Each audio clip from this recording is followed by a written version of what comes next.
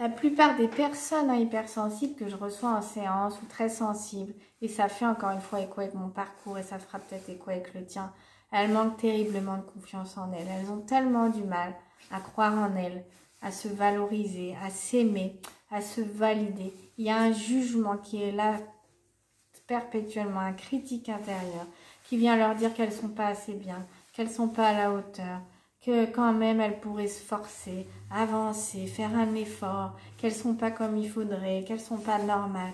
Il y a vraiment ce critique qui est très très fort. Et c'est vraiment un trait commun chez toutes les personnes hypersensibles que je vois, ou très sensibles encore une fois, parce qu'en fait elles se sont construites dans cette idée qu'il y avait une espèce de manière d'être et que elles, bah, ça rentrait pas dans cette manière d'être. Donc en fait, c'est pas normal, elles sont pas normales, hein, elles ont un problème, elles ont un défaut, et elles se trouvent souvent beaucoup trop sensibles, elles associent ça à de la faiblesse de leur éducation, hein, de leur conditionnement.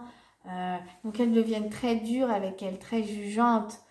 Et là, on prend le chemin complètement inverse de ce qui serait bon pour soi-même. J'ai connu aussi un chemin, et du coup, encore une fois, ça va être vraiment, c'est quelque chose qui revient beaucoup dans mes vidéos, mais de pouvoir venir retrouver sa légitimité d'être, vraiment retrouver sa juste valeur de qui je suis, c'est bien, qui je suis, c'est beau, j'ai le droit d'être qui je suis, même si, a priori, je ne rentre pas dans cette pseudo-norme.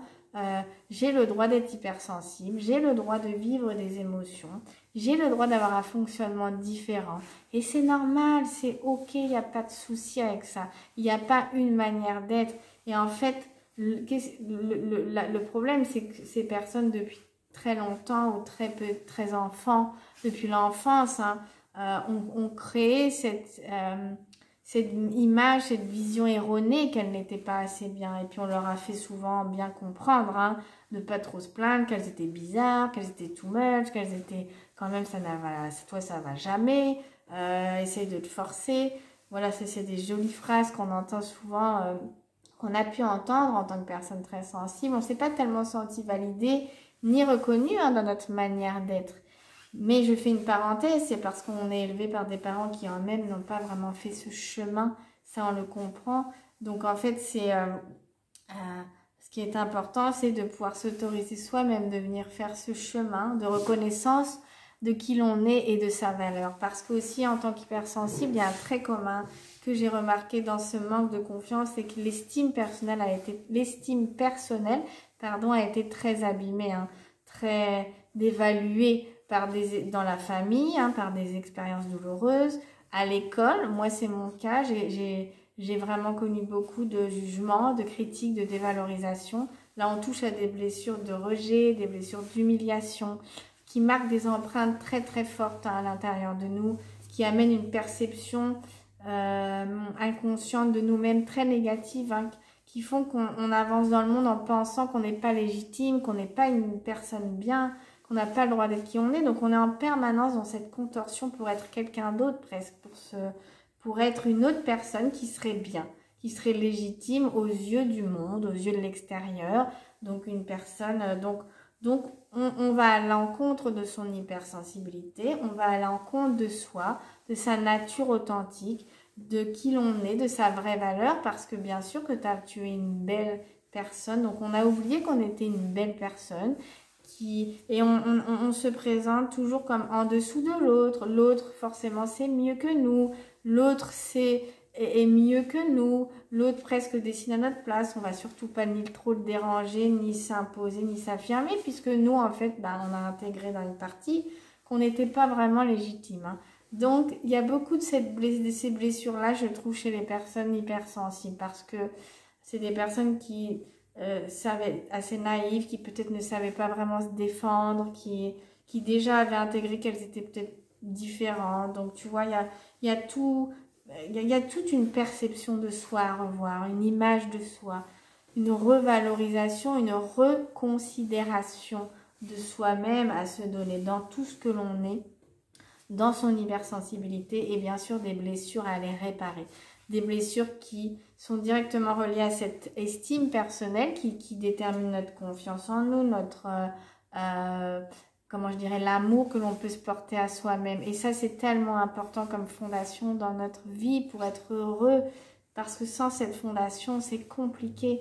On est dans un perpétuel combat avec soi-même, jugement, une lutte. Et c'est pas, on ne trouve pas la paix intérieure dans la lutte. Donc moi, je te comprends profondément si ça te parle, tout ça, parce que j'ai vécu ce chemin depuis des années, un grand chemin voilà, de réconciliation, de libération.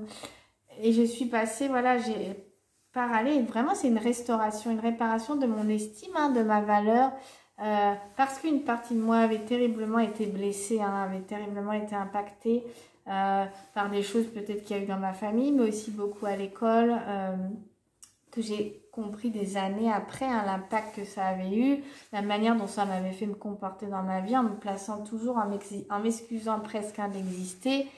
Mais j'ai toujours été guidée par autre chose en moi qui me montrait qu'il y avait une autre chose, une autre voie, autre chose à aller comprendre de moi.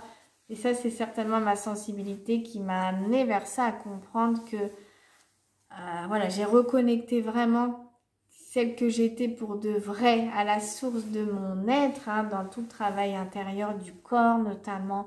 Et ça a été un déclic immense de me dire, mais en fait, je ne suis pas ce qu'on a dit que j'étais. En fait, je ne suis pas non plus cette petite nature faible ou sensible qui ne vaut rien, qui est nulle. Non, non, non, je suis cet être hypersensible. C'est un cadeau pour moi, pour le monde. J'ai d'immenses talents et qualités. Je suis une belle personne et ça, je l'ai reconnecté à l'intérieur en reconnectant cette forme de beauté de l'être, je dirais. Et je t'arrête tout de suite, ça n'a rien à être avec narcissique ou je ne sais plus comment on dit, autocentré, ça n'est pas ça. C'est-à-dire juste, et ça concerne tous les êtres sur cette terre, venir retrouver sa vraie valeur, qu'on est des personnes dignes d'être et d'exister pour qui l'on est, qu'on est des belles personnes. On vient au monde en étant des belles personnes et pour être heureux sur cette terre, c'est avoir confiance en soi. Croire en soi, c'est juste fondamental pour mener bien sa vie. Et c'est source de beaucoup de mots MAUX hein, quand on manque de confiance en soi et qu'on est marqué par des blessures profondes hein, d'humiliation, de rejet, de dévalorisation. Ça crée des choses vraiment très violentes à l'intérieur de nous. Des vraies terreurs, hein, beaucoup d'anxiété. Parce qu'encore une fois, être heureux, c'est pouvoir être qui l'on est pleinement et s'aimer dans qui l'on est et sentir qu'on est, comment je dirais, qu'on est intégré dans le groupe, hein, dans le monde, que tu vois, accueilli, il y a une forme d'accueil inconditionnel dans tout ça. Donc en fait, c'est juste se redonner un cadeau de ce qui est juste normal. Et pour moi, comment je dirais, chaque être humain a ce droit d'être aimé et d'être aimé dans qui il est et d'être qui il est, tout simplement. D'accord? Il n'y a pas de plus ou un qui est mieux, moins bien. Donc se redonner ce droit, ça n'est pas égocentrique, c'est juste la base pour être heureux dans la vie. Il me semble, parce que moi, c'est le chemin que j'ai fait. Et ça change tellement de choses, tellement, de pouvoir être enfin en pleine considération de soi-même. Et c'est parfois difficile hein, de retrouver cette fierté de soi quand on a porté beaucoup de honte, de mal à l'aise, de mal-être, d'humiliation, de jugement. Parce que c'est comme quelque chose qui s'est placé là, inconscient, hein, jusqu'à ce qu'on en prenne conscience, un voile qui se met là. Et on est complètement dans une vision complètement à côté de soi-même et on avance dans le monde avec une image complètement désastreuse de soi. Donc on est comme une, oui j'allais dire la victime, là on devient la fameuse paillasson, tu vois, mais on s'en rend pas compte en fait. Donc c'est même la porte ouverte à tous ces gens, ces manipulateurs parfois qui viennent prendre l'ascendant sur des hypersensibles qui ont été terriblement blessés dans leur estime. Donc moi là, ça me ferait c'est quelque chose qui me fait vibrer de te parler de ça parce que je fais vivre ce chemin à des personnes que j'accompagne, je l'ai vécu, je le continue. Et c'est tellement beau de se retrouver soi, c'est tellement magnifique. Voilà, que je serais tellement heureuse de te faire vivre ce chemin parce que tu le mérites, parce que c'est normal, parce que c'est toi et parce que c'est beau. Et c'est pour ça que j'ai créé Être Toi, c'est beau. C'est pour te retrouver, tu vois, et venir réparer ce qui a été abîmé en toi et te redonner cette validation intérieure, cette reconnaissance vraiment dans qui tu es authentiquement. Voilà, je te laisse m'écrire si ça résonne en toi.